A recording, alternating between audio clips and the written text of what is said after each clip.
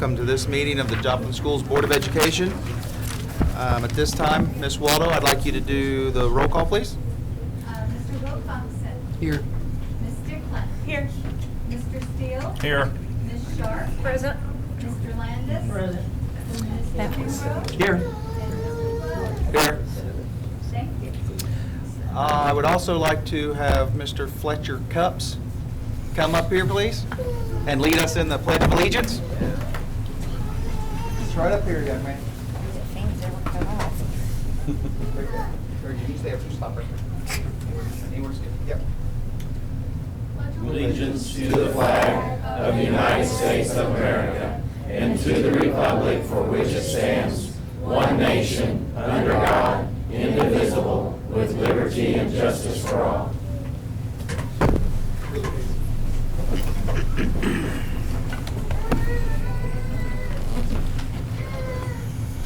Dr. Huff, District Showcase. All right, we have some wonderful students from McKinley Elementary School this evening, and I think Ms. Hart, if you don't mind coming up here and make some introductions, and let's see what these guys got.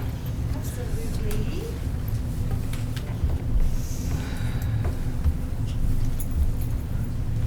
Good evening, Board of Education. How is everyone? Fine, how are you Thank doing? Great. I've got Miss Painter with me. She's one of our fourth grade teachers. She's going to talk to you a little bit about a project that she's been collaborating with. She and the fourth and fifth grade teachers have been collaborating with our library media science teacher, who really takes the role of collaboration in the building, and she's not just a library teacher, she takes that media science piece to heart. And so she's really been collaborating with the teachers. I'm going to turn it over to Ms. Painter and let her tell you a little bit about that project, and then we'll tell you about the students, and then they'll show you the project they've been working on. Good evening. I'm Kelly Painter. I am a fourth grade teacher at McKinley, and so I'm here on behalf of Sarah Hart. Again, she's our library media specialist, and she had a phenomenal idea of using her time, and she does half the time in the library, and then half the time she brings them over to the computer lab, and they work on projects. So she wanted to collaborate and integrate what she was doing, technology, with what we were doing in fourth grade and fifth grade.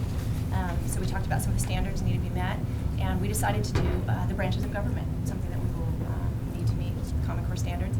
And so she actually set up the whole project and then ran it by us.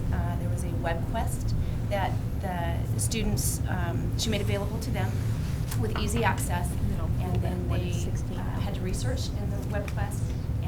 Well, first, let me go back. They had to choose a branch of government. She didn't assign it to them. She wanted me to make sure I said that. She allowed them to choose what they wanted to do, which one they wanted to research, and then they used the web quest to research it, write it down on the paper. And I have one if you're interested, so you can see for each one of you if you'd like to look at it. And then they had to put it into a PowerPoint. Well, instead of using just a plain PowerPoint, she chose Prezi. And the kids hear that. Terry, have her move her microphone over. Oh, sorry. And use your teacher voice. Yeah, bring that close down. There Okay. you go. So instead of using PowerPoint, which can be very boring, she decided to use Prezi. So she taught them. She'd never used it before, so she decided to show them how to use Prezi, and then they had to put their information in that format. So tonight, the students are going to go through their Prezis, their completed Prezis with you, show you what they have learned, and then answer any questions that you may have for them through the process, whether it has to do with technology or what they learned about the branches of government. So, Ms. Painter, you want to introduce the students, and we'll get them off. And they do Missouri government at fourth grade, right? Yes. See this one sitting on the first row? No, they just, they got 6 kids, 6 boys. There's a couple here. 4 right there. Someone. They took that seriously. Was not able to make it, so he's very brave tonight. So I just get on it.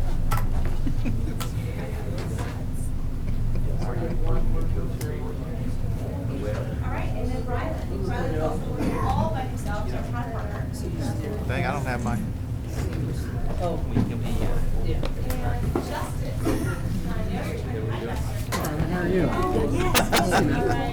Dang. This one? Is he gonna be with both of us? Not able to make his other Is he with partner. both Yeah, he of can be us? both of you. Okay. If Mr. Flowers and Ms. Sharp would like to. Set up there between us and you turn. Come on, bring it. You have to do the laptop, is that what you have to do? Do you? Do you need a Don? laptop? Because we need help. There you go. We don't know how to work them. Yeah. You're on your own. Good luck. We're all counting on you. Would you stay around and help us? Yes, right here. Yeah, we're set. We have Our no. agenda, so I don't go need from it. there.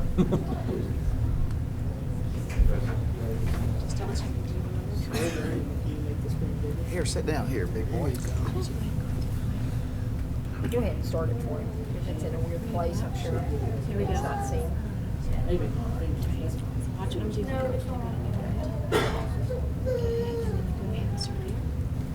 You have a laptop at home?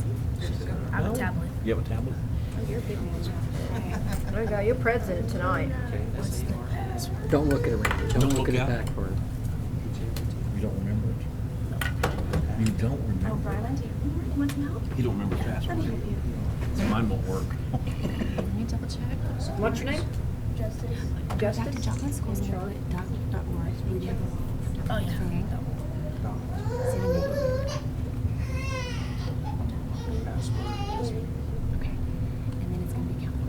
Don't look, Randy. Now, can you computer and type and talk at the same time, or only one thing at a time? Jog your memory? I can't remember my own You're passwords. lucky. I see you look. Michael's that batter. I don't know what he's doing. I don't know what side he's on. Get it? No. Jump up real quick. Let me do this one. You are doing a great job. It's not easy. Probably to get past this. It's just bothering. It's just bothering. Randy, I saw Randy testing them. That's Yeah. what it is. Okay. This lady behind you, she's head of all technology, so don't foul up. She knows everything She has her eagle eye right about on you. computers.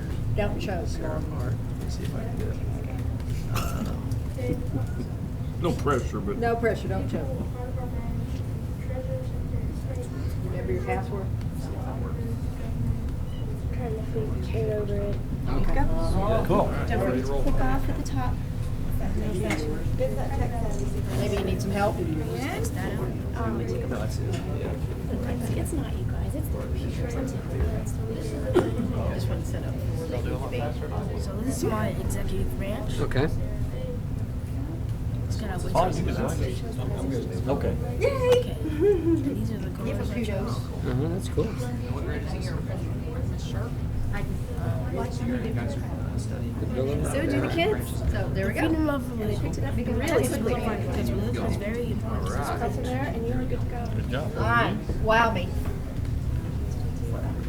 New interesting fact. Interesting fact about the executive branch is it's technically in charge of all laws. Right in.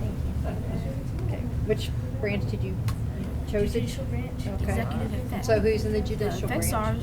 are, if the president vetoes a bill, it will probably not be. I mean, like in real life, if it wasn't you and Ashley, like who would be there? You know how it comes along? People Like because Ronald McDonald the Lawyer?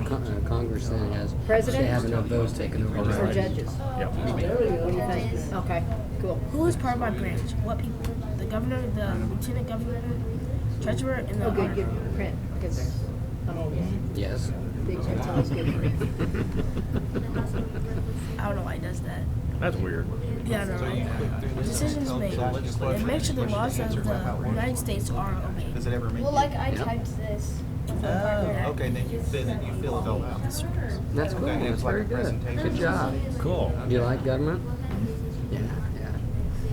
Have you ever met any of our state representatives or So anything? can, if I cover up the answer, can You you gotta tell see me the about Charlie answer? Davis or someone come to your Okay. That'd be fun. Yeah. Switch it. I'm gonna do That'd it. be cool. The governor was in town today. Yeah. He is? Yeah, he was today earlier. Yeah, he was at our high school, 11th and 12th grade center. Okay, You're right. all So what right. do you want to do See when if you you're grow two for up? two. I'm gonna play football. Through it? Cool. Do it again. All right. What I position? learned slowly. Wide receiver or running back. Can you run? Yeah, 'cause that's what I was in football when I played. Did you? So you don't play now anymore? But I am this And now you're summer. just moving stuff Right around. now, I'm playing basketball, Confusing me. and well, baseball season's coming up. So Baseball, that's right. Love yeah. baseball. I love baseball. That's cool. That's cool. Anybody We else? did a good job on this. You Thank you did. very I much like for the showing colors. us. So what are you gonna learn next? Are you staying in, you can continue working in the executive branch and People running with things, gavels? or, you know? I call him Little Hammer. Good job. Congratulations. Way to Thank go, you. man. Thank you, buddy. The J. Good luck with your sports, too. My question is, can I get back? Huh? Cool. Question All is, right. can I Get get the back? next question. What's What's his name? I have to holler at him. to get back there. Oh, okay. I'll holler at him.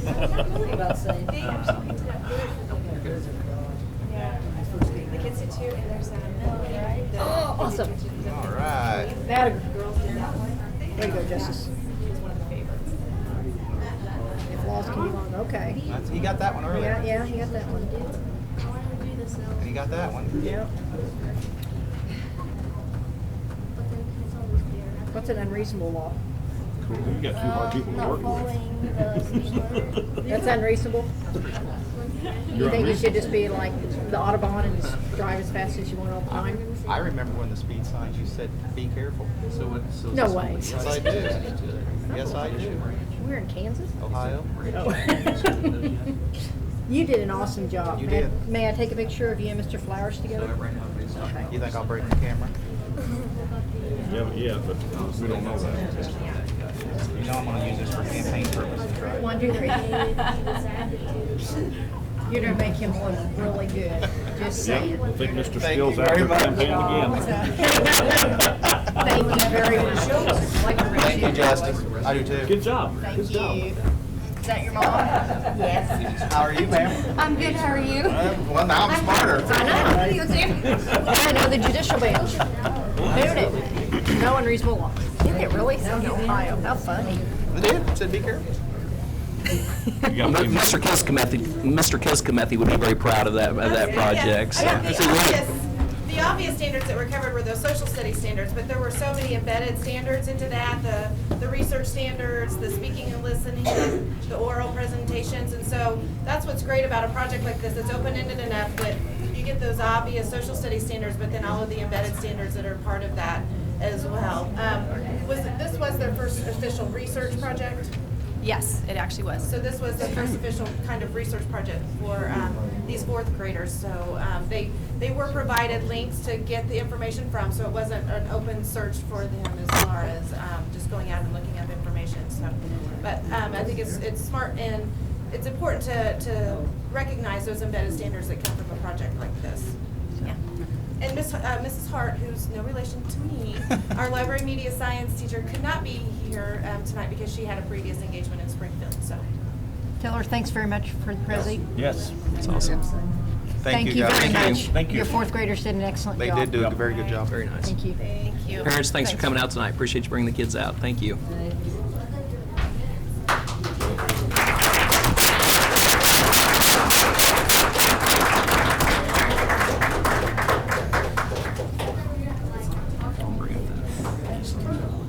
I've got, Yeah. Can you figure out how to get back? I'm just gonna stare at my judicial You need help press. here? I didn't even. all right, now do we have any additions or subtractions or corrections to the agenda? I'd like to make a couple of We have one. adjustments to the agenda. On the consent agenda, may we please pull out item 16 about the preschool Yes, and have some, put that in the regular agenda? okay. And then may we add the Stapleton laptop cart to the consent agenda? Okay, can I have you do one other thing? Can you move the item 16 to the superintendent's report? Item E.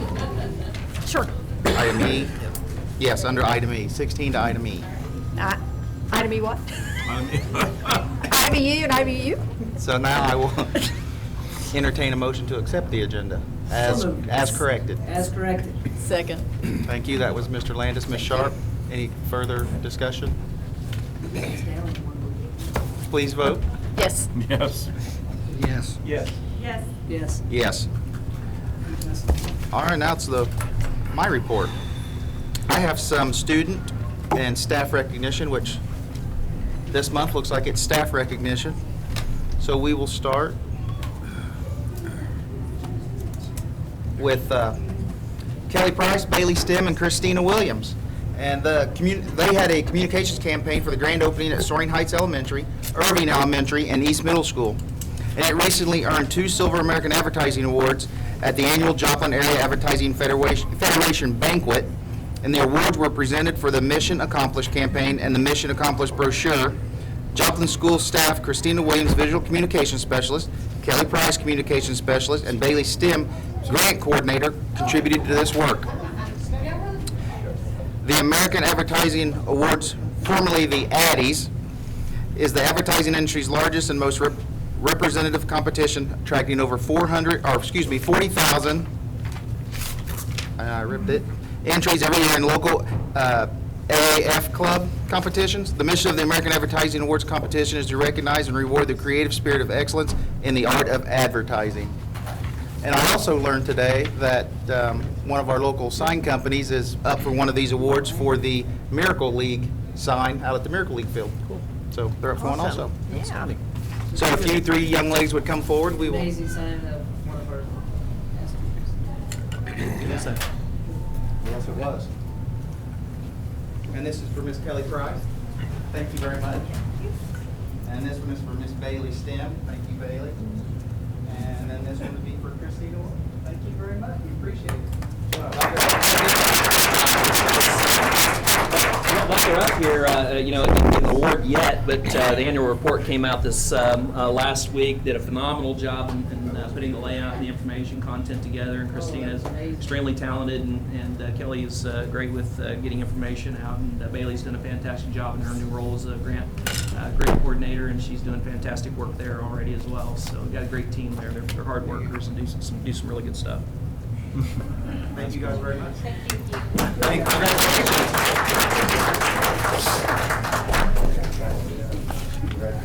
Except for those people on the back cover, it was Yeah. awesome. Real quick on the annual reports, you know, those went out in mailers.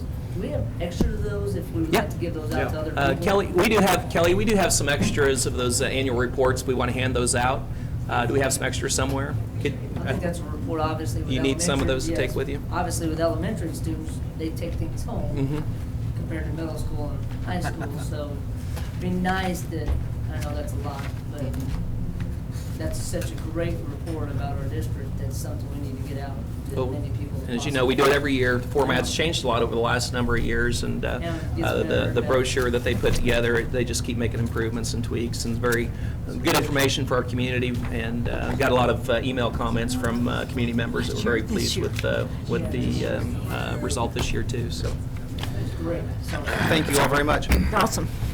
Next, I have Miss Sandra Cantwell, and Sandra received the Ruby Award this month from the Seroptimus International Neosho, and the Seroptimus Ruby Award acknowledges women who, through their personal or professional activities, are working to improve the lives of other women and girls. Sandra was awarded a check in the amount of $500 to donate to a charity of her choosing. Her donation will go to the Joy House in Glacier, Haiti, to contribute to the education of a 5-year-old girl. And Sandra is an assistant principal at the Joplin High School, and she has been with the district since 2010. And I believe she's over at the 910 campus, and she'll be getting a new home shortly. and Sandra's here. And please come up.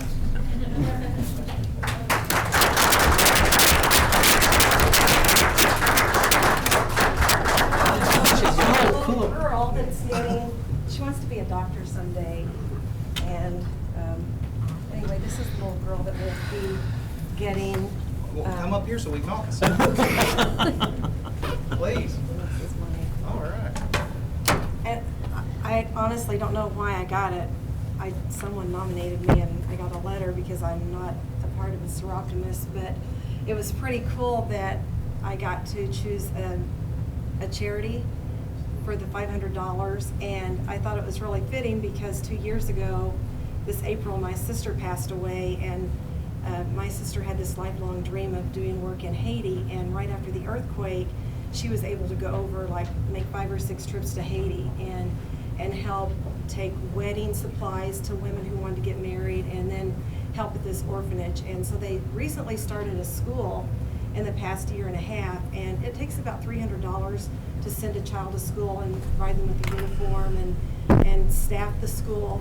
And so there were a couple kids I already supported, but I just found out about this little girl, and I got to read some things that she had said about her life, and that she wanted to be a doctor someday. So since the Seroptimus is helping women, I just thought it would be really fitting. And in honor of my sister, who was a phenomenal lady, to send this little girl to school for almost 2 years with the $500. So it was exciting. That's awesome. Wow. Congratulations. We're proud you did that.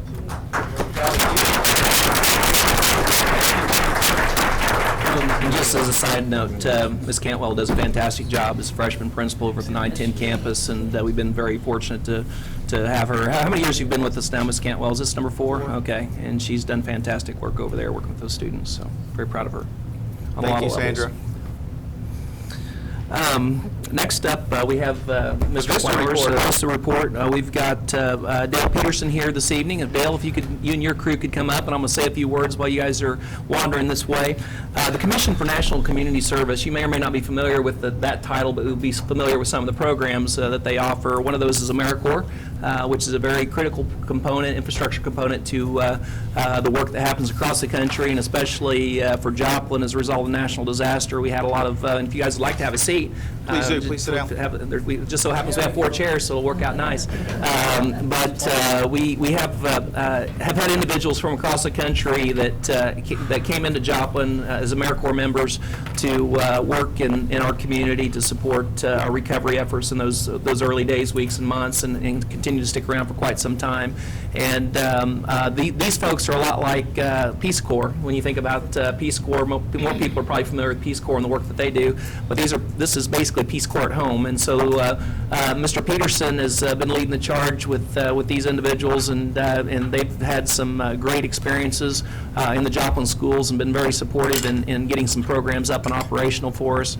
And I'll let Dale take it from here so I don't steal all his thunder. Thank you. I really appreciate the opportunity to introduce you to 3 of my friends. Andy Heyman came to us April of 2013. He's originally from the Branson area, but he came to us via West Virginia and the American Red Cross. He did a term with AmeriCorps there. He came and has been working in our donation center. He's helped inventory all the items in the donation center. That alone's no small task. He created a system for going paperless with some of the record keeping. He's created systems to help track some of the data that's kept down there. And he's helped to engage other community partners and organizations by making sure that donations are utilized in the best way possible. Currently, he's working on a sustainability plan for his term is up in April 18th. He's created a donation center volunteer program to reach that sustainability goal. He's working in our new volunteer management system and created a volunteer guide, work assignments, trainings to recruit and train volunteers to carry on the work after he's gone from the donation center. On my left is Kaylee Hempen. And Kaylee's no stranger to Joplin schools. Mom was a teacher here for a long time, but she substitute taught for us before she became a Vista, and she started her Vista term in July of last year. She was asked to bring new life into 2 major Bright Futures programs. The first was TREC, and she's recruited over 50 volunteers for the 2013-14 school year to participate in that. These were community volunteers that were then background checked, and they're tutoring specific students in various subjects. She also was asked to revitalize the Lunch Pals and has recruited over 100 volunteers to participate in that program. That's for students that are needing a positive role model in their life, an adult role model. They've been background checked and then paired with the students, and they just simply live life and share lunch with those students. These 2 programs are changing students and they're changing volunteers' lives. Our initial assignment, out of that initial assignment has come other opportunities to make a difference. Breakfast Buds was created as a way for high school students to volunteer to help younger students. And BFF is getting rolling at East Middle School as an outgrowth of the TREC program. Kaylee's been instrumental in moving all of this forward. She's written the TREC curriculum and the materials used in the elementary schools. She's created and implemented the training for all TREC and Lunch Pal volunteers. She's created and implemented training for all site facilitators of these programs. We even had a student that moved to a new school district about 30 minutes away. And the Lunch Pal volunteered, felt like that she was such an important part of that student's life that she contacted the new school and asked to continue that relationship. And it was granted, and as a matter of fact, that new school has contacted us to find out about lunch pals. That makes that kind of a difference. It is. Joanna Carter, sitting on her far right, now she's not the normal AmeriCorps Vista. Joanna's from Siloam Springs. Her and her husband reside there, except during the week. Joanna comes and lives in Joplin and commutes on the weekends. She decided she wanted to make a difference in the community. She wanted to show her kids and her grandkids that you can make a difference. And so she explored the VISTA program, and Bright Futures Joplin was the opportunity that gave her that chance. She had worked in a school district in the past, and so she understands education needs. She's been targeted with 2 specific computer programs to be able to get them up and running, to take them from a dream to a fully involved role in a district. She helped purchase and design the volunteer management system that's called Volgistics. She learned how it operates, and then she taught Kaylee and Andy to use it. They collaborated together in determining the best practices for use, and Joanna's helped recruit volunteers and track their hours as we opened 3 new schools this past holiday season. We're in the progress of rolling this out to schools in a pilot program. We're excited to be able to offer our schools this exciting tool to be able to help with engaging volunteers from the community. She's also helped to purchase and design a system to manage all the data surrounding the donations that have been coming in and are continuing to come into Bright Futures Joplin and the foundation. She's training those that will utilize the system most, and then soon she'll be implementing and training everybody that needs to use that system. Those will include our new Alumni Association and the new grant writing area. Both of those programs, those computer programs, are a direct result of the standards of excellence that have been established by this board. The impact for the district will be for years to come, and that system implementation is being spearheaded by a VISTA. We've had other VISTAs that have impacted the Joplin schools previously. These are just 3 of the 9 that are currently serving in the program. Some have come and served and completed the term and then moved on to other adventures. It has been my privilege to recruit and welcome them to our district, to help them and watch them as they hit their stride. They serve knowing that the term may end soon, and that they are charged with finding ways to make sure that what they've started or worked on for their year is not lost, but it is left as a legacy for someone else to build on. It's my privilege to watch young people, both young in age and young in heart, to come and to mature right before our eyes. I've watched our VISTA members' awareness of problems and how they impact the education process, to watch that understanding grow. I've been privileged to see a satisfied grin and maybe a tear or 2 pop out on their faces as they realize that their actions have helped impact and change a student's life forever. And I know that our VISTA members will never be the same either. And I really appreciate the chance to share that with you tonight. Well, and I appreciate the work that you guys do, and I don't know if people really realize the sacrifices that you have to make to be a VISTA volunteer. It's, in essence, you live at the poverty line. I don't know if anybody of you want to speak to how you're compensated through this process and talk about that. But I think it's important for people to know what you're sacrificing. It's a mission of the heart, and you guys are all engaged in that. And if you guys wouldn't mind sharing a little bit about that. Well, I know and I'll tell you exactly what we get. We get $900 a month. And I'm fine, I have a husband at home. So it's not, it pays all my expenses. I have an apartment here, so it pays for my rent and my gas to come back and forth. But these other Vistas in this little Vista Kingdom, they have to live on $900 a month. And they have to get an apartment, and it's usually not in the best neighborhood. And they have to buy their food and buy their gas and pay their car payment if they have one. So they do sacrifice their standard of living to volunteer for Joplin schools. They're, by design, paid 110% of the poverty level. And that's so that the whole point of the VISTA program is to impact poverty in America. And they want them to understand the beneficiaries as they work to meet their needs and to make a difference. They want them to understand what they face. And so the program is designed that way, but she's exactly right. These guys have sacrificed a year out of their life, and they come and they're not going to get rich. And there are some struggles, and I've watched our school district and the friends that are here stand beside them and help in those kinds of times when they've needed it. That's really gratifying. And these are some of the brightest and best that America has to offer, that have a heart for making a difference in communities, and they're coming here.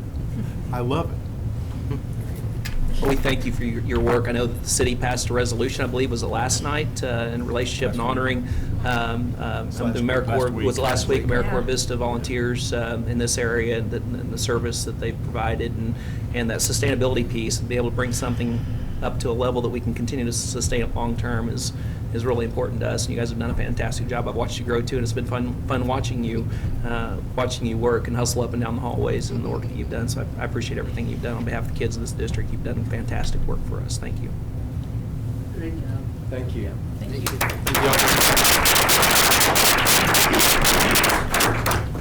And we will move on to the superintendent's report. Okay, we're going to have a signing tonight. That's why it was on the agenda, but that happened today at 2 o'clock.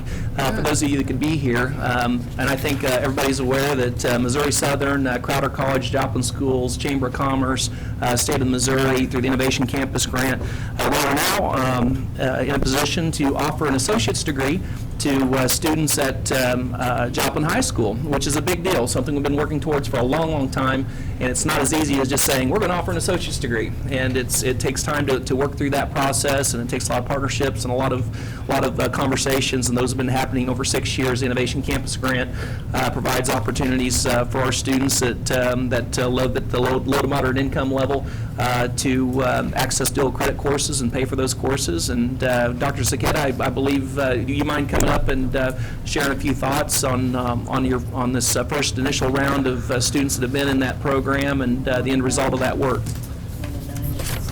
Okay. Well, we've talked about it a little bit today, and you got to hear some more about it.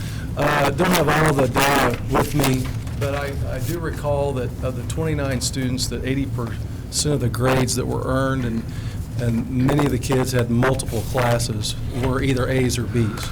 So they done well in class. And the students have to meet those qualifying marks to take any dual credit class, as you know.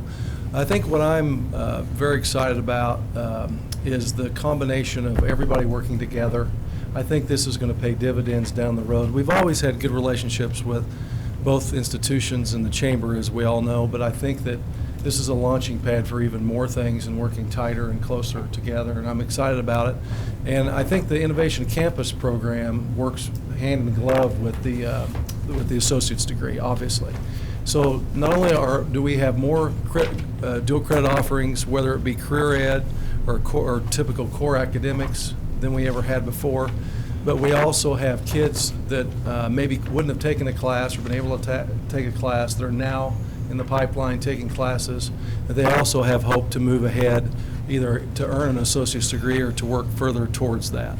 And I really appreciate the university and the Upward Bound program and the talent search. They make a big help in doing this. It also works with our program to try to get more kids in the FAFSA, making sure that they complete the FAFSA and get ready for college and post-secondary. So, our school, we kind of tagged it as a college career and technology-focused high school, and I think that fits with our mission and what we're talking about. So, I think I'm excited about it, and I thought that day was a great day for us. It was a historic day in a lot of ways, so it's a lot of fun. Appreciate the board being there. Any questions, comments related to that? I know you guys are... We're one of 9 in the state of Missouri, is that correct? One of 9 sites in the state of Missouri. In addition to that, from a dual credit standpoint, you heard me talk about this, and you all know we're offering in excess of 40 dual credit courses at the new Joplin High. and a lot of that is in the career and technical education side, which are very appreciative of the work, and that's, you know, that's reflective of, again, of our teachers' commitment to going that extra mile to have the certifications and the rigor within their coursework to allow for that to happen. And it's no small thing to get certified for a dual credit, to teach dual credit, and we're very fortunate we've got such a committed staff to this mission, and it's a very exciting, and our kids are going to benefit for that work for decades. It's a legacy thing for our staff. It's amazing work. It is. What's the earliest they could start in dual credit or AP? Can they do it at that sophomore level, or does it have to be junior, senior? Or? For junior, senior for dual credit, very seldom very rare would a dual credit class be open to a sophomore, extremely rare. But AP, we are offering advanced placement world history right now. So we do let our sophomores get a taste of AP. And do the AP teachers also have to have extra certification to teach AP? They don't like a master's level teacher, but we do send them to 1 or 2 week institutes to learn to teach AP. They get a lot of feedback and information, and we can continue to send them to advanced placement trainings throughout. So that's something that we offer our teachers if yes. they want. Yes. That's awesome.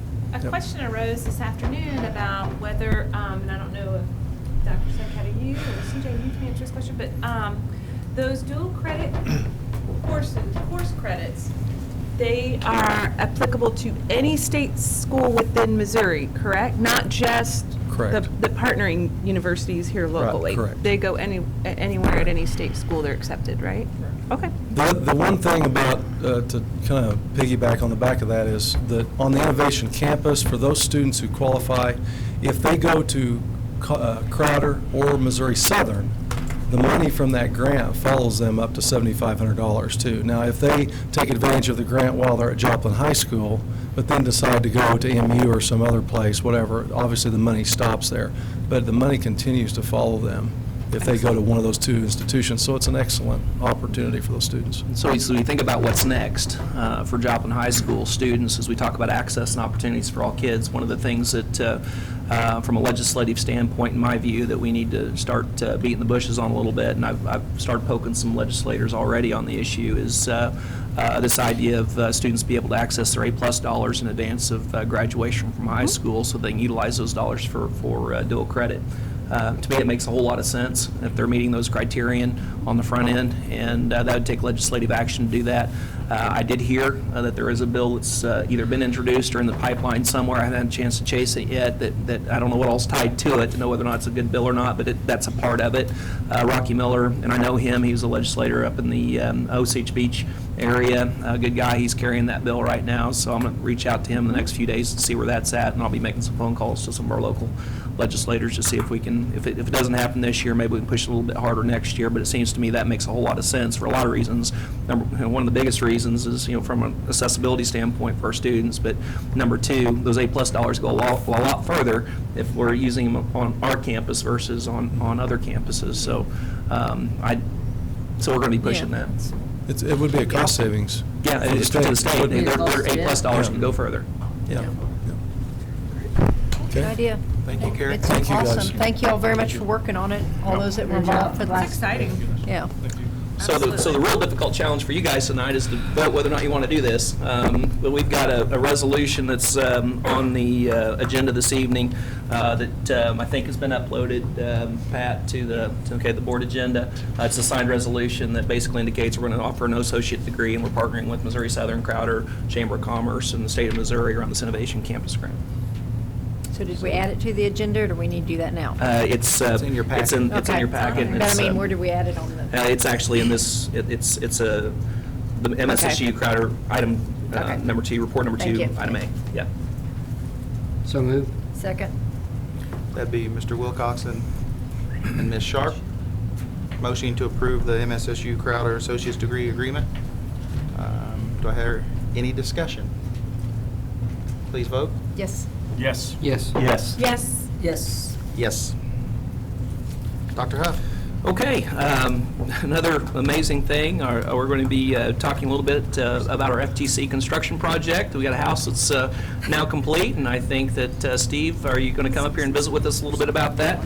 I think we've got a video that we're going to share as well, and you're going to get a chance to see the house. Sorry, I almost stole your thunder today. I drove by and called Mr. Reed and said, "Are we selling that house yet?" And he goes, "You'll know tonight." The 21st Century Coaches helped me put this together, and they did a little voiceover, but it's not working the best, so I'm going to try and narrate as we go through here. This is the house that's over at the corner of the southwest corner there at the high school. They're at 24th and Grand. It's a beautiful house. That's our instructor there, Lauren Curtis, who's a construction teacher. Saved. Yeah, it looks really cool for the road. Welcome to Construction Tech. My name is Lauren Curtis. I'm a construction teacher here. This is our house on 2425 Grand. We have completed it, so we would like to show you and welcome you to a tour of our house.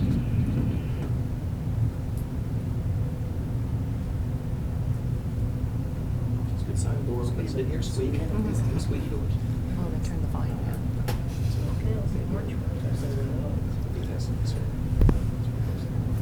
Okay, just as you enter here on the right-hand side is the kitchen, and it's an odd shaped per se, I guess, but it's a nice kitchen. A lot of custom cabinets have been put in there. Laminate hardwood flooring. We went ahead and put in a range and a dishwasher at this point. It looks better than just having empty holes. Leave the refrigerator up to the homeowner to buy, but it's an extremely large kitchen with an eat-in dining room included there. Pantry over there in the far corner. And then the window that looks out onto the wraparound porch out there. So. Are those granite countertops? No, they're not granite. Laminate. Okay, well, the way they're finished it. Yeah, they look very nice, but. Very nice. Great. I'm not the best videographer, so excuse the. But our student Slade hung all the cabinets. Yes. Did the countertops, the flooring. the whole- Yep. This is the back door. You step out onto that wraparound porch. It already has grass. Yeah, we have the front and the sides sodded. That's awesome. Now, the backyard is, we're going to leave that to our agricultural program to do the seeding in it and let them do a little bit of landscaping as well. So. Wow. It's a full project. You can see they got the straw stacked up back there, ready to go. But living room here is vaulted ceilings in it with can lights, ceiling fan, of course. The entire house is wired throughout for network, cable, TV, and internet and phone systems. That was done by our networking class. So the students did all the electrical too? No, we hired out the electrical. There are a few things we hired out, like electrical and plumbing, because we want it to be certified and guaranteed, so if there's a problem, somebody else can fix it instead of us. I don't want them calling me back out and the students to come out and fix something. But you have an HVAC program. Yes, and they install all that stuff, yes. Okay. There's certain areas we don't want to cross the line on, so we want it to be guaranteed. Have someone they can call on. Here's the public bathroom. Ceramic tile floors in here. Lavatory and sinks and a tub shower. Wow. About how many different students worked on it? Oh, how many different students? I mean, 10, 20, 30, or? 35, 40. This is the first bedroom here. This bedroom is 12 by 14. I'm not sure why that's so blurry, but. Steve probably shot it. I did shoot it. I apologize for that already. Bryce. Danny's job, Thanks, not Randy. Jeopardy. Yeah, we'll have to get the video department out and do a real one and something we can use to sell it with or something. But Yeah, exactly. Can we put this on our website if people are interested in this home? Can we put it on our website? Oh, Do we absolutely. list it, or is this something they just bid and open? Steve, We listed the last one, I believe. We did list the last Yeah. one over on, took a Brand. tour of that. Do it one. for sale by owner? Yeah.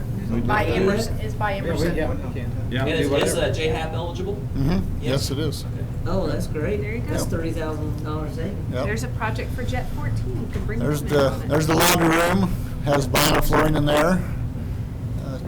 2 cabinets, of course. The second bedroom there we just came out of is a 10 by 14 bedroom. And now we're stepping into the master bedroom here. Master bedroom has an ensuite bath as well. It is 20 by 14. It's a good sized bedroom. What's the house square footage? The total house square footage is 1,700 square feet. That's livable space.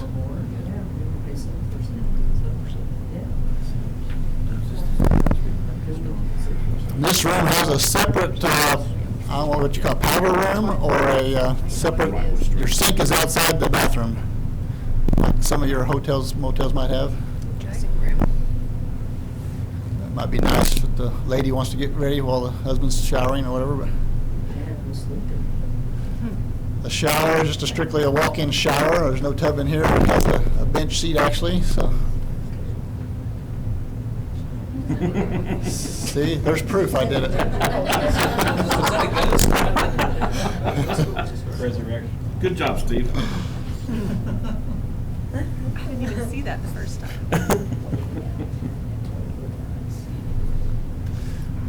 There's ceramic tile around any areas where water will be. There's the walk-in closet. This house is actually located right smack dab in the middle of Joplin, Missouri. And it's located right there next to the best high school in the nation. I don't think it'll be difficult to sell, really. It's a beautiful home. It's a little higher quality than what we typically have done. A lot more square footage. Typically we shoot for the 1,100-1,200 range, but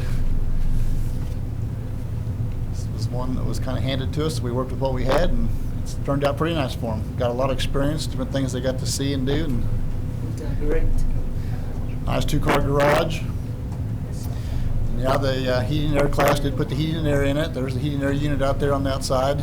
They turned the siding vertically this year, something different that's being done in a few houses, so that was a different challenge for them. Like I said, the backyard, they're going to seed later on, and they built the shed out there. It has to be painted still, but it's got a shed on it already. I think it's a 14 by 20. Nice sized backyard. Be a great place for kids to play. And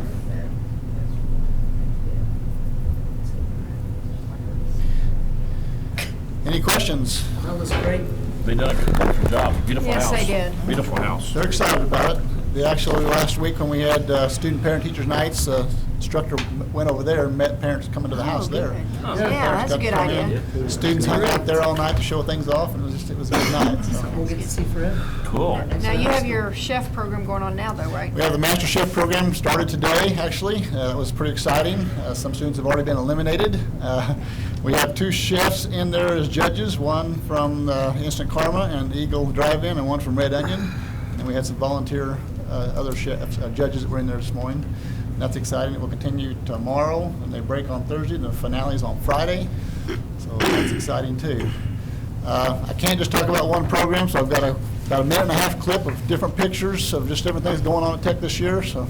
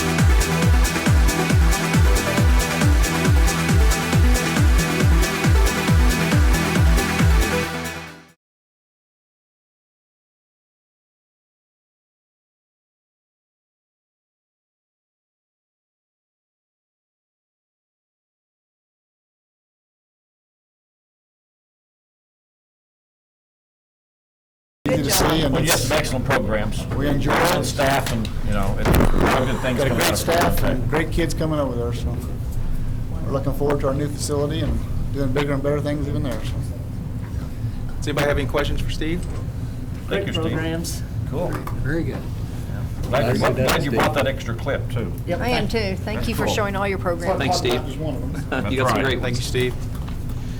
All right, next we have a few teachers here that are going to visit with us about an opportunity for our students, and the acronym is ICE. It stands for Immersion in Cultural Education, and they're going to do a presentation to you all. And Shelley, I'll let you just run with it here, and you can talk a little bit about what you have going on and just a little bit of background. They approached me, gosh, how long ago was it? About 3-4 months ago, probably. 3 months ago. About a not-for-profit that they were wanting to start. They've talked to the foundation about getting started underneath them as they work through the not-for-profit paperwork. And I'm not going to steal all their thunder, but there's a possibility in talking to Paul that maybe the best approach is, having them work under the auspices of the Joplin schools, because the donors have the same tax benefit either way, and we can work with them until they get up on their feet. And I'm going to just stop You know talking what, at you're this doing point. such a great job. That's our intro. Yeah, that's our intro right And there. I'll let you guys run with it from there. Well, I'm Shelley Tarter. I am an instructional coach at the high school and Franklin Tech. So I've been involved with Master Chef today. I'm very excited about it. Very cool, by the way. And this is, I'm Chris Young. I teach French at the high school. and then we have two other people that are on board with us. One of them is Whitney Warren. She is one of the career path coaches. And then the other one is Levi Butts. He is a Spanish teacher up at the high school. But we are here today, as Dr. Huff said, to present to you ICE, Immersion in Cultural Education. And basically what we're wanting to do is to give opportunities to students to not only travel abroad and become globally aware and good citizens, but to also give them a learning opportunity as well. So. Yeah, I've been traveling abroad and taking students and parents for 8 to 10 years now, so I've had a lot of opportunities to see these kids have these moments, these authentic and real-world experiences, and the benefits of that. So it's been pretty rewarding. We would like to get more kids the opportunity to actually partake in these trips, which is why we want to set up the nonprofit status so we are able to do more fundraising, provide students with scholarships and grants that will help make payments towards those trips, and also get the community involved with maybe corporate donors, sponsorships, things of that nature, where they're able to actually use it as a tax write-off. So. Yeah. As Dr. Huff said, we did go to the foundation and have asked them for their blessing to maybe operate underneath them until we actually get established and get our feet going, so that way we can just run as a separate entity, as our own nonprofit, so that way we can give these opportunities to students that do want to travel with us, but they cannot financially afford it, and we want to make those opportunities available to everybody that is actually interested in doing that.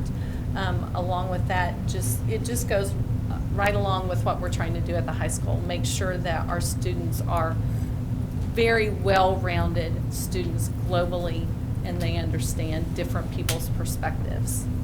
When we talk about these trips, like it's more than just traveling abroad internationally or even domestic trips. It's offering personalized learning experiences for kids, where kids can have these real world and authentic situations and be able to obtain some sort of credit in high school by running through a certain set of requirements that are established or approved by the PLE committee.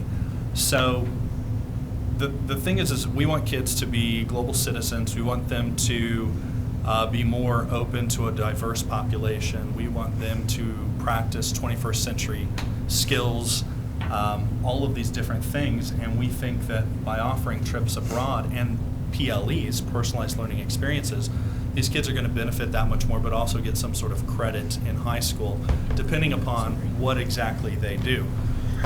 We've kind of made a list of ideas for certain trips. Some of them might be going to Costa Rica and having the kids do some sort of biology unit where they could potentially get some biology credit. We've talked about students being able to do, for example, online journaling, or doing some sort of expose for the Spyglass, or doing some sort of documentary and featuring it on Jet 14 and getting some sort of communication credit. So we've been thinking of lots of different ideas for PLEs for these kids. Well, another thing we mentioned was art, all the art that they could, experience by traveling, and not only just paintings, but architecture as well. Being able to really research those and then using what they find to apply it toward a credit. And we've already kind of set up sample curriculum for some PLEs where the kids would have to do pre-tour, on-tour, and then post-tour requirements, which would involve a focus on literacy, doing research about global issues that are very important to what's going on right here in Joplin, and making those connections.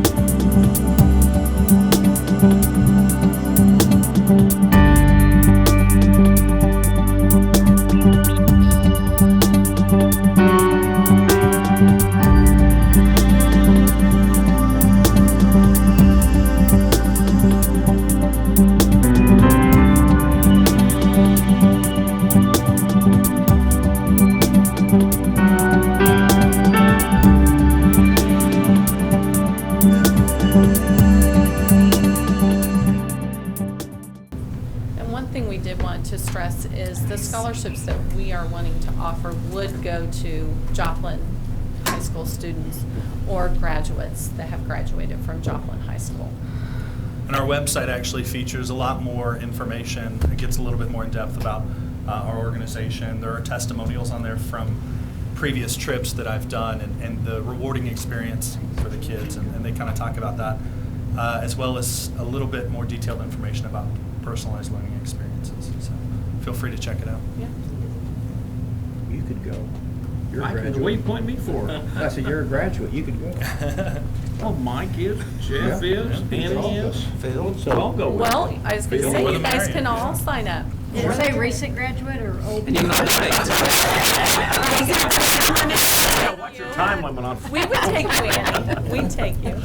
So you would use a scholarship to fund a graduate to go? No, I think we're talking Okay. about students that are currently in Enrolled. high the school. summer of their enrolled. senior. But Right. recent graduates are Yeah. still able But to recent travel. So right for their graduates senior can year, travel with us if they want. You know, Recent graduates. over the duration of the years that I've been organizing these trips, it's been really hard to try and do fundraising to get these kids money to help pay for these trips, because we're not necessarily an organization. So I've had different companies, work with us and kind of get that established. But by setting up a nonprofit, it's going to be so much easier for these kids to work and do fundraisers and be able to really make some money to help them travel abroad. So in essence, what they're needing from us is basically the school board's blessing, whether it's, I don't know if it needs to be by vote, Paul, I'm looking at you for some little guidance on this, John, or just consensus, but to allow them to accept funds for this program that is tied to our curriculum. Kids will potentially be earning credit to participate in this program, to move forward with being able to accept donations through the Joplin School, so that the donors can have the tax benefit associated with that, whether it's under the foundation, which is a possibility, or underneath us. If it's Either possible way. to go through job schools, that's a better avenue first, but that's just my own personal opinion.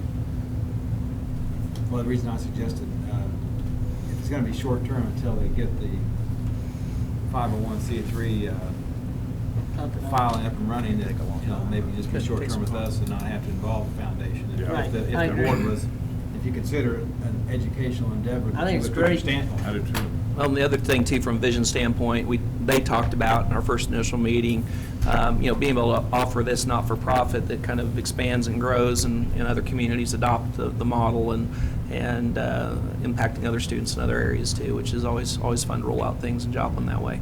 So So if it comes under Joplin School, well, it's more like a field trip the way you're doing it now. I mean, kind of like when our band goes somewhere, the kids raise money and you go. Right, So when there's no it's credit tied total. to the trips that Right, we do. but so when you it's put totally it on on school. under the Joplin Schools banner, then do we provide liability insurance, any kind of insurance now that it's? There is insurance that's offered through the company that I currently use, which is travel cancellation insurance, baggage insurance, there's medical insurance, Okay. there's all kinds of I didn't know if standards. anything would change if you.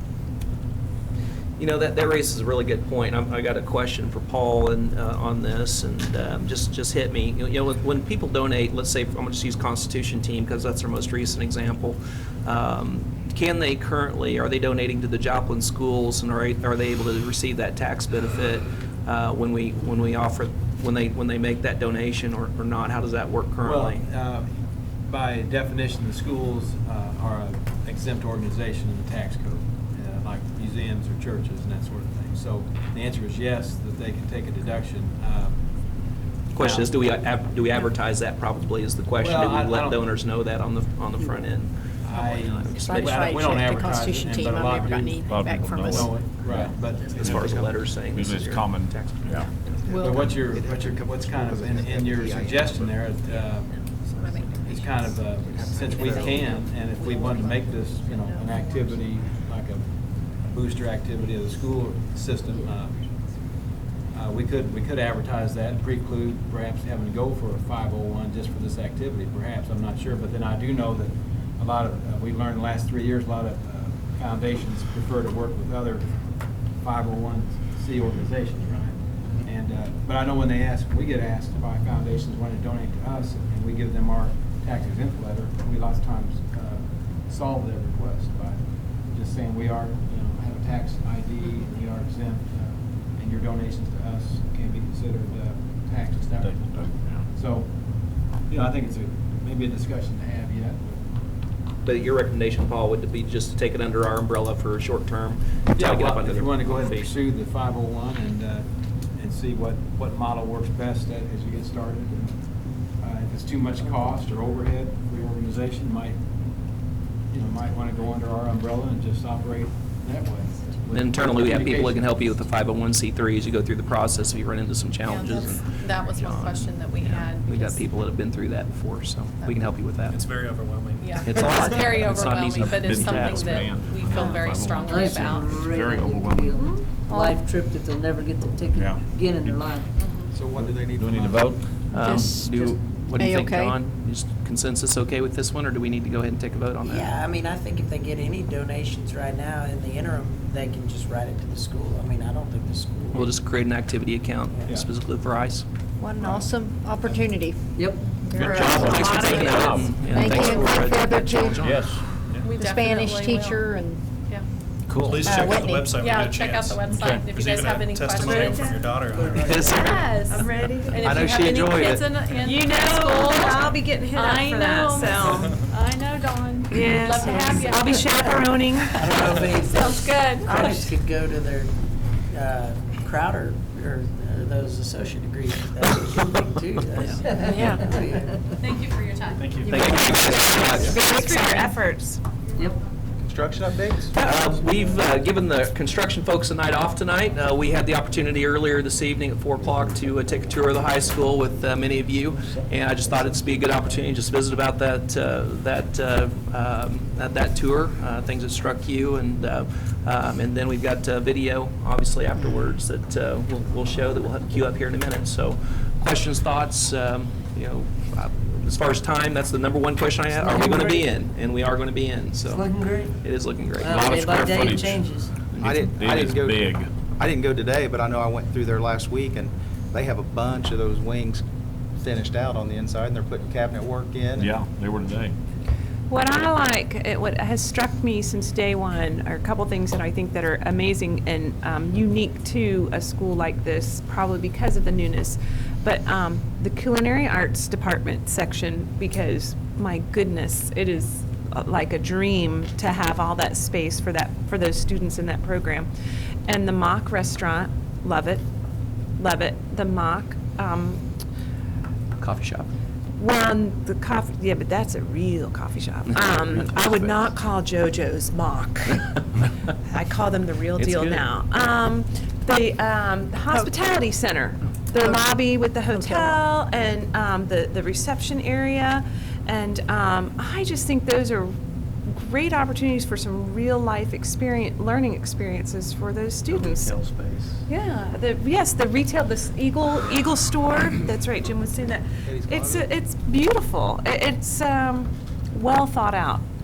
Well thought out. Well, everything we've been talking about from a vision standpoint, where we're going next with our high schools is about that type of work, and we've built that box around that vision. That's really exciting. Well, it's nice to see on the grounds now, exterior, they're starting to finish out. They're working on the sport fields, they're putting curbs in. It's amazing what warm weather and no rain does for you. You can get a lot done. That gymnasium, boy, that was an awesome feeling. Just Wow. about getting kids career and college ready. Yeah, that's a pretty cool place. And the windows, all the natural light provides such a great opportunity. Again, learning opportunities, learning spaces. I love that. So we're going to watch a video? I think we're going to watch a video. The administrative offices were divided up throughout the building, so that's a nice touch. And just thanks to the design teams. I mean, good Lord.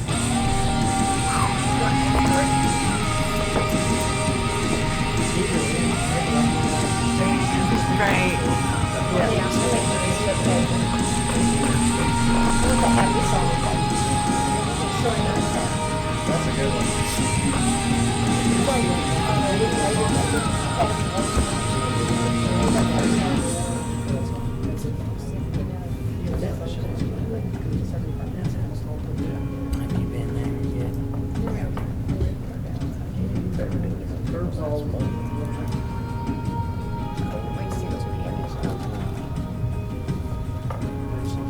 It's amazing how fast.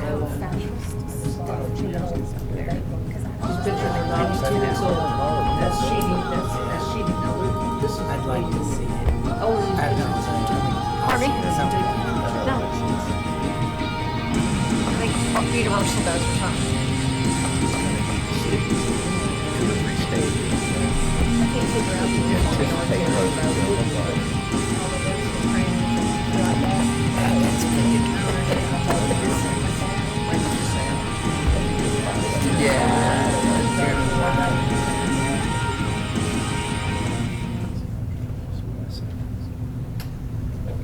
It's exciting. Wow. It's gonna be done. Exciting times. It is. A lot of people putting a lot of effort, and there's still a lot of work going on the administrative side. We're getting ready to place some furniture orders soon. Jason Craven's taking the lead on that, and that's no small task in and of itself. And we've got made a lot of progress, and it's every day we're making huge progress, great gains over there. And we are scheduled to be in that school in August, and as I told the contractors the other day, there is no Plan B, so let's look at Plan A and make it happen. So they're rolling. It's happening. 3 of our Innovation Campus students today, they're juniors, and they have done their scheduling. I mean, the schedules, people are getting their schedules for that building. I mean, it's happening. We're talking about the staffing, the furniture, I mean, everything. It's happening. It's a lot of work. Overwhelming at times. We got good people, though. Everybody's working hard. Early Childhood Center? Okay, this is item E now that we added to the agenda. Item 16 moved to item E. We talked about this a little bit in work session. The item 16 was a resolution basically for the Board of Education to consider this evening related to the board's support for expanding our early childhood preschool program. We've been talking again about this for a number of years, very excited about the opportunities that are before us right now. And we talked a little bit about the funding and kind of where we're headed next. So there's two issues on the table at this point. There is whether or not we're going to move forward with expanding our early childhood program. Our board needs to vote yea or nay this evening on that issue. And the other question that we need to get resolved ASAP is location, and we've shared a couple of opportunities there, and we need to make a decision on that so we can give direction to Mike Johnson on how to move forward with some FEMA pieces that are at play here. So for the community out there that's watching this evening, we're looking at expanding our early childhood program to, we started growing it in 2008. We've gone from about 100 students served to around about 237, I think was the number I heard this evening. The expansion of this program will be able to expand the program to serve about 600 children. I think it's, let's see, it was 150 in a daycare type setting, 75 morning, 75 afternoon, and then the remainder, I'm trying to do my quick math, 450, thank you. Half of those, that number, morning and afternoon. And we're really excited about the opportunities this is going to provide our students. And one of the things that has been heavily impacted by the storm, May 22nd, 2011, that we haven't recovered from is licensed daycares in this community. We had 67 prior to the storm. We have 30 now. And when we think about infrastructure and we think about attracting young families to this community, child care is a critical component of that. And sometimes that's lost in everything else that's going on with the rebuild effort. So our role, as it always has been since day one of the storm, is taking care of kids, and it's an opportunity for us to take care of more early childhood age kids, starting with 3- and 4-year-olds and moving that down as we expand the program out. As far as costs are concerned, that's a big question we had up front. We've been talking about this for a better part of probably 6-8 months. And we've got a business plan that'll make it zero operating cost, no hit to the district budget. There's a business plan that's associated with that will work, and we're excited about the opportunities and the funding that will be used to build a facility. Comes from a variety of sources, none of which are bond issue related. They're all grants and donations and things of that nature specific to early childhood, and some funding mechanisms are available to us because of the fact we're serving early childhood special ed and Title I families, low to moderate income families, and we're taking advantage of all those opportunities to hopefully build a high quality facility for expansion of our preschool program. So to the community out there, that's just kind of in a nutshell on where we're headed with that, and open up the floor to further discussion, comments from the school board. I'll make a motion, we support the expansion of the Joplin Schools Early Childhood Program. Second. That was Ms. Sharp and Mr. Steele, with a motion to approve the advancing the early childhood. Expansion of the Joplin Schools Early Thank Childhood you. Program. Discussion? I think it's outstanding that we're continuing to enlarge this for our community. It's just going to benefit our community in the long run to get these kids in a preschool atmosphere at a younger age. And statistically, graduation is going to benefit them and hopefully keep them in school. So I applaud all our employees and staff for pushing and chasing this, because it's going to benefit a lot of young families.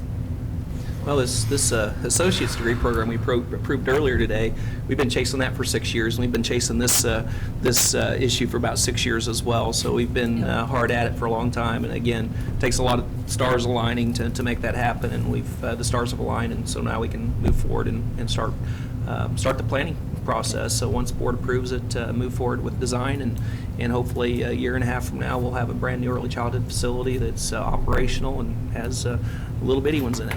Well, clearly our communities and our business leaders in the state and nationwide are recognizing and realizing the data is supporting the value of early childhood education and its relevance to future success for kids. So I think it's the right thing to do to support that in our community. Absolutely. From a research standpoint, I'm glad you brought that up.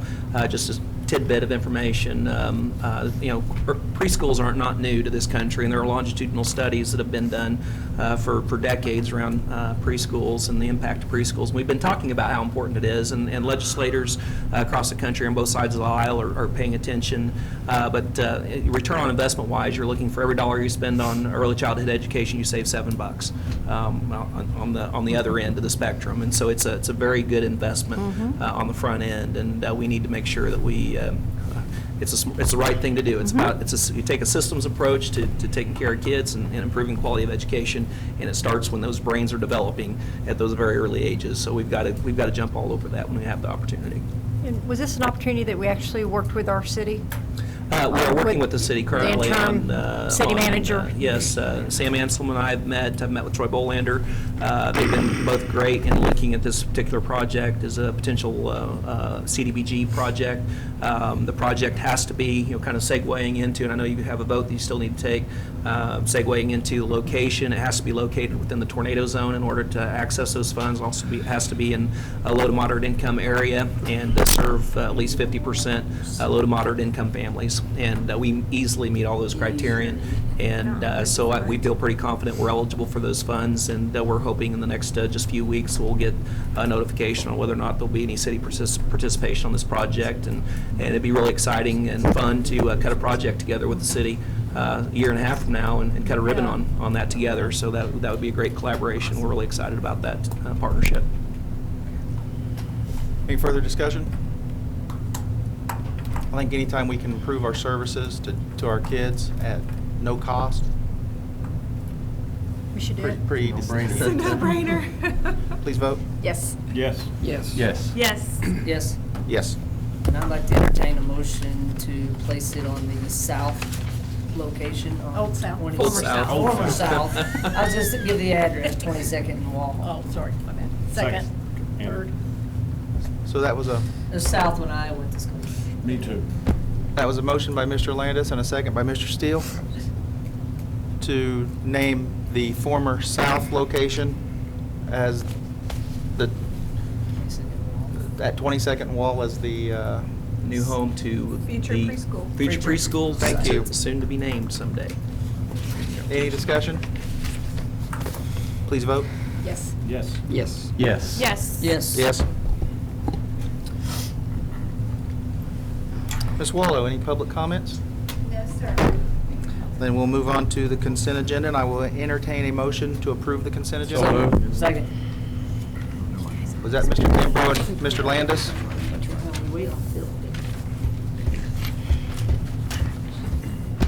Please vote. Yes. Yes. Yes. Yes. Yes. Yes. Yes.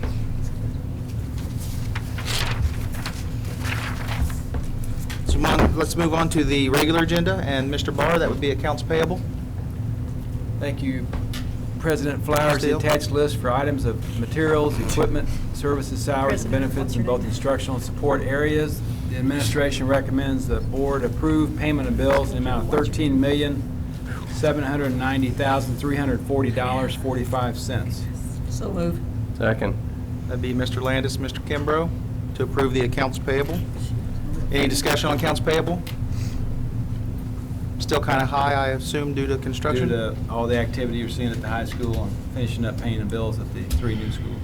Please vote. Yes. Yes. Yes. Yes. Yes. Yes. Yes. Thank you. Any discussion items? I do have a few discussion items. I just want to thank the spelling bee folks. They had, over our spring break, we had students from our 3 middle schools and our elementaries compete, which is nerve-wracking. And also, this weekend, anybody that's interested in running for the Bright Future Snack Back program, they're going to have a Triple Crown race. The first one's at Seneca on Saturday. This is a fundraiser for Bright Future Snack Back Pack program. Would you say that faster? 3 times. You don't really have to run, you can walk, it's only 3 miles, anybody can do it, Dr. Huff. I can crawl the last half. Also, we were featured in the Learning by Design. 3.1. Irving Elementary was featured in this. If you can bring it up online, it's really a 3-page article. We did a good job designing our building, didn't we? It's beautiful. Beautiful. Our design team did awesome job. And the other race that's going on is the, if you're into running, the Freeman Health and Joplin Schools race is also benefiting Joplin students. And we have track celebration on the 11th for track volunteers. Don't forget to mark off 9 o'clock on April 11th so you can go bowling with your track person. And the volunteer breakfast is on the 8th it's in the dark time, like 7 a.m. or I'm not really sure. Sometime in the morning when people have breakfast. And that's an awesome event. And then our spring sports have kicked off. A lot going on. Boys golf kicked off this Kicked week. off. First match yesterday, Yeah. second today. So everything's going good. Awesome. Any other discussion items? I've just got one thing I just want to bring up quickly. One of the things that I've run into here as of late is a concern about fund balances. There's been a lot of conversation around this issue of whether or not our fund balances are where they need to be. And I'd like to go back, and I know I'm preaching to the choir with this board because you guys have understood where we've been over the last, the journey we've been on the last 3 years in particular since the May 22nd event. We went into this disaster, both a natural disaster and economic disaster that we were faced with at that time with about a 26% fund balance.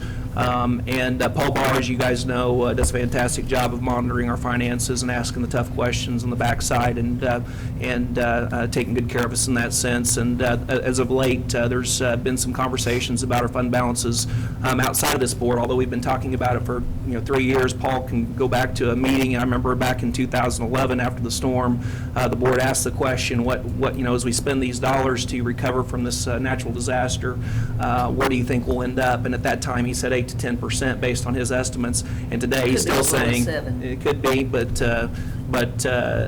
he's still estimating somewhere right around that 8 to 10% range. And I think that it's important for our community to know, and I think most people get it. When you're dealing with an economic disaster like we dealt with initially, and we'd been prepping for that for a couple of years, and we did all the right things to get ourselves prepped for that because we saw the funding cliff. You remember the talk about the funding cliff way back when? We prepped ourselves for that. We prepped for ourselves well. We build up our reserves, our cash reserves, which is, when we talk fund balances, that's, people call that the rainy day fund. People have savings accounts. We had a savings account with funds in it for our rainy day. And we were anticipating an economic disaster would be our rainy day, and we were going to utilize those funds to make sure we were able to pay staff, keep class sizes low, make sure we kept the lights on, bought textbooks, all those things, and continue the work of this district. And then the natural disaster hit that we weren't obviously expecting on May 22nd of 2011. And we did what we had to do to take care of our kids in this district by getting them in temporary facilities, making sure that we were able to provide summer school and all the services we provided the kids over these last 3 years, which has been critical for the recovery effort and the fact that we wanted to keep our families here in Joplin, and we were successful in that effort by having over 95% of our kids come back to school on August 17th, 2011, as opposed to what we saw happen in Hurricane Katrina and that flight from those communities. And so I guess my point being, without getting real deep into this, I have no shame whatsoever in how we've handled our funds over the last 3 years, whether it be donations or the way we've handled the dollars that have been entrusted to us by taxpayers. And personally, I couldn't be more proud of the work that's gone on as a school district and the responsibility that this board takes on millions of dollars these taxpayers entrust to us. And it's always damaging because we know that someday, and nobody wants to talk about a future bond issue, but I bet money that sometime in the next 20 years there will be another bond issue that comes to the voters. And I think it's real important from a credibility standpoint that we're able to answer to the voters and look them in the eye, look at our neighbors in the eye, and say, hey, we've done right by our community. And we have. And so, I guess my point being in all this is that we projected an 8% fund balance in 2015, roughly, when we get on the backside of this storm. That's for multiple reasons. Obviously, the temporary facilities that we had to build out cost money, and we had to pay for that. We were on the hook for 15%, as you guys know, of every dollar that we spent on this recovery effort. We are still paying. As you guys know, last month I think it was a special meeting, you approved the demolition of East Middle School. That's an additional 15% cost to us, and FEMA and SEMA pick up the other. But it's 100% on the front end. And until we get the project done and basically submit our receipts, and FEMA has a chance to look at it, we don't get reimbursed. And so as our fund balances get down to 8%, it's almost like this trampoline effect. We hit 8%, and then we pay all our bills, and then FEMA takes a look at, and we've gotten some reimbursement already, but we'll get reimbursement after that that'll bring us back up, and then we're going to slowly keep working back towards that goal of this school board to get back to 25%. So, you know, I know that you guys get that, but I think it's sometimes hard for community members to understand. When you talk fund balances, that becomes a foreign language, but really it's a savings account. It's an emergency fund. It's a rainy day fund, and we certainly had a rainy day in the Joplin schools, and we did what we had to do with our fund balances, and the right thing to do, quite frankly, by our kids and by our community, by taking care of business on the school side. And you know, that's what they're there for. And it would have been a terrible travesty if we ended up in this disaster after everything we've been through with the 25% fund balance, because the message would have been we protected money and not took care of kids. And I think that's a real important message for this community to hear and to understand that there is nothing that this district has done but be good stewards of their tax dollar. And it's something we take very, very personal. I know every one of these board members take this very personal, and very proud of the work that's gone on and how we've taken care of kids and staff and support our community in this recovery effort.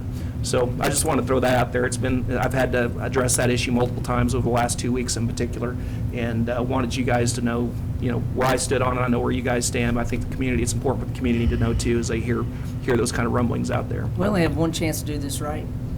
That's it. And I feel like as a board, we have done that, and doing everything that we said we were going to do, and maybe a little bit more, to benefit our kids for now and for generations ahead of us. And these are 100-year decisions. Yeah, they're going to look back at this, and we were all a part of this, and I can look back and honestly say I think we've done it. Everybody has done an outstanding job and part of this process. And I would encourage, if there's anybody that has concerns about how we work with our funds, you know, Paul Barr is always available, happy to sit down and visit with anybody, open the books and let you look at it. And in addition to that, it's on our agenda every month. We have accounts payable every month, and if somebody wants to address a concern, I'm more than welcome them to come to the table and have that conversation with the school board, and we can address those concerns at that time. But we're, you know, again, you know, we're very transparent, and I'm excited about where we're headed as a district, and proud of where we've come and what we've overcome over the last couple of years to get us to where we are today. We have accounts payable every month on our agenda. Every month. And it's just tough to pay everything up front. I mean, it really is, to watch your savings account just go down because you have to pay everything up front. Well, basically we're building a second school system for 3,000 to 4,000 students. We built a temporary school system 3 years ago. Now we're building a permanent school system. So there's a lot of building that has been going on, and some yet to do. And I do appreciate the board looking with the foresight and the standards of excellence, setting as a standard to get back to 25%. As soon as we finish this business, we start saving, and it'll take a number of years to get back there. But we look forward to that day as we start climbing back up, and we will start climbing back up on the backside of this. And the one last thing, and I should have mentioned this, and Paul brought this to my attention today, on the revenue side, you know, how assessed valuation was impacted to the tune of about $1.2 million. So we lost, in addition to having these expenditures, we also lacked revenue, which impacted fund balances as well. And that was a direct result of the tornado, completely out of our control. But we're dealing with it. We've not asked for an operating tax increase. We're still at $275, which is the lowest required by the state of Missouri. And that's something to be, you know, proud of as well. And we've been able to hold the line on expenses to do that. So I want to commend Paul publicly for his good work. Yeah. He's got a great team downstairs, and everybody doing their part out. Team effort, your leadership council, and Susan Smith and everybody throughout the organization. And really every year, clean audits every year for Eon. Have pulled together on the rope very well as a team, administration. And you have to remember that most of those expenditures, all those expenditures that have brought those, and I know you've said it, but to summarize basically and reiterate, those fund balances are greatly reduced because of capital expenditures, not because of operating expenses. because you can't do that. And so that's why they're reduced so drastically right now. Great job, Paul. And fund balances are how much we save so that if the bottom drops out, we will be able to pay our bills for 3 months. 3 months. That's standard operating procedure. That's what 25% is in essence 3 months of a 12-month year. Okay. So, yeah. Yeah. I would like to thank everybody at home for watching on Jet 14, and we will go back into closed session. The annual report is beautiful. It is nice.